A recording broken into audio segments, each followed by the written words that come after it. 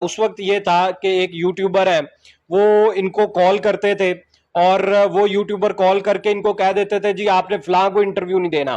یعنی پہلے وکیل فیصلے کرتے رہے, ان کے ایک وکیل صاحب ہیں رائے خرم, وہ فیصلہ کرتے رہے کہ کس کو انٹرویو دینا ہے اور کس کو انٹرویو نہیں دینا.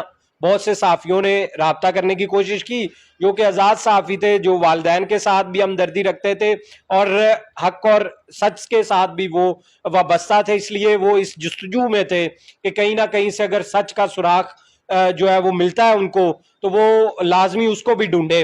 تو اس کے لیے جب ان سے رابطہ کیا گیا تو انہوں نے صاف انکار کر دیا, کسی کو انٹرویو نہیں دیے, صرف اپنے ہمدرد جو ہے ان کے حق میں جو پروپیگنڈا کرنے والے تھے ان کو انٹرویو دینا شروع ہو گئے.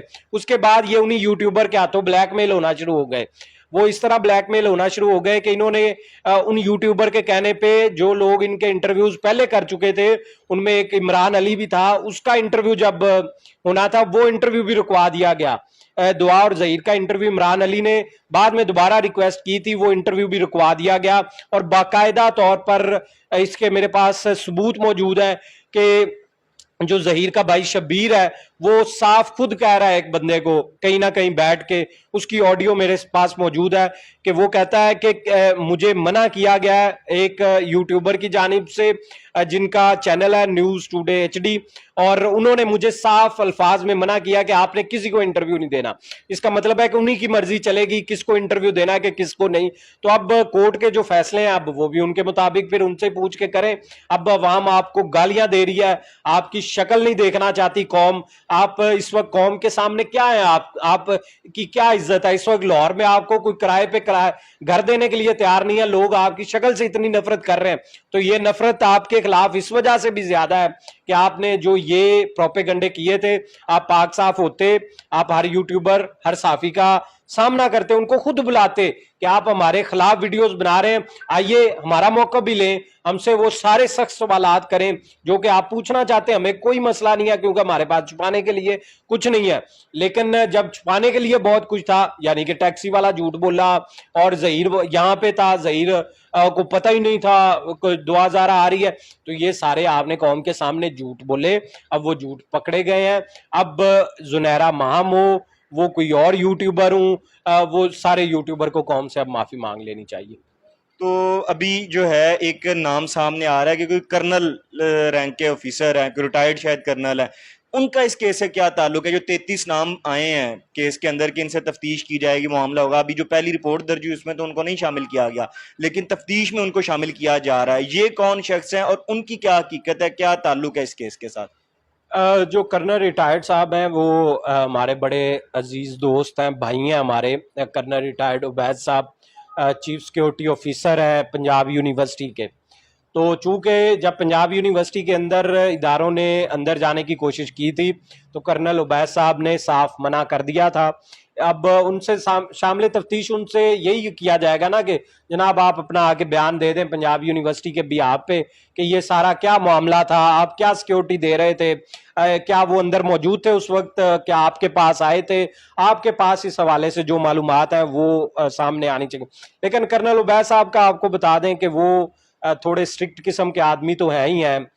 وہ پنجاب یونیورسٹی کے معاملات میں بھی بہت دفعہ ان سے آمنا سامنا ہوتا ہے. جب کسی تنظیم کی لڑائی ہو جاتی ہے تو کرنل صاحب ہی واحد سہارا ہوتے ہیں, جو ہمیں روکنے والے بھی وہی ہوتے ہیں اور ہمیں خبر دینے والے بھی وہی ہوتے ہیں. تو اس لیے ہمارا ان کے ساتھ آپ کہہ لیں محبت اور نفرت کا تعلق چلتا رہتا ہے اور یہ روزانہ کی بنیاد پہ چلتا رہتا ہے. تو کرنل صاحب کا ایسا اس میں کوئی تعلق ہے نہیں, لیکن ان سے سوال جواب, ان کا بیان ریکارڈ کرنا, ریکارڈ کا حصہ بنانا بہت کیس کو سٹرونگ کرنے کے لیے بہت زیادہ ضروری ہے.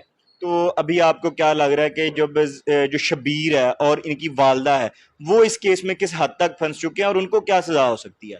شبیر جو ہے وہ اس میں مین آدمی ہے.